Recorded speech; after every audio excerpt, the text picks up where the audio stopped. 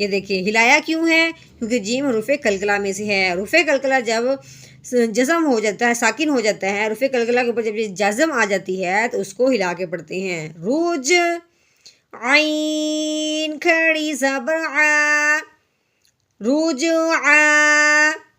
آگے وقف، یعنی یہاں بھی اس کو عین کو یعنی کھڑی کے ساتھ ویسے ہی رہنے دیں گے، ٹھیک ہے۔ آگے وقف، روج آ، ٹھیک ہے۔ کھڑی زبر جہاں ہوگی نا، کھڑی زبر جہاں ہوگی تو یہاں پہ یا ہوگی، تو اس لیے وہ الف کے معنی میں ہو جاتی ہے وقف کی صورت میں، ٹھیک ہے۔ ربک الرجعا، حمزہ زبر آ، رو زبر رو، آرو، حمزہ یا زبر ای، آرو ای، تالام زبر تل، آرو ای تل، لام زبر لا، آرو ای تلا۔ ذال نرمی والا حرف ہے، آپ نے اس کو نرمی کے ساتھ پڑھنا ہے، ٹھیک ہے۔ اب یہاں پہ یا ساکن ہے کیونکہ یا کے اوپر جزم آ گئی ہے، یا ساکن سے پہلے زیر آ جائے تو اسے ایک الف کے برابر لمبا کرتے ہیں۔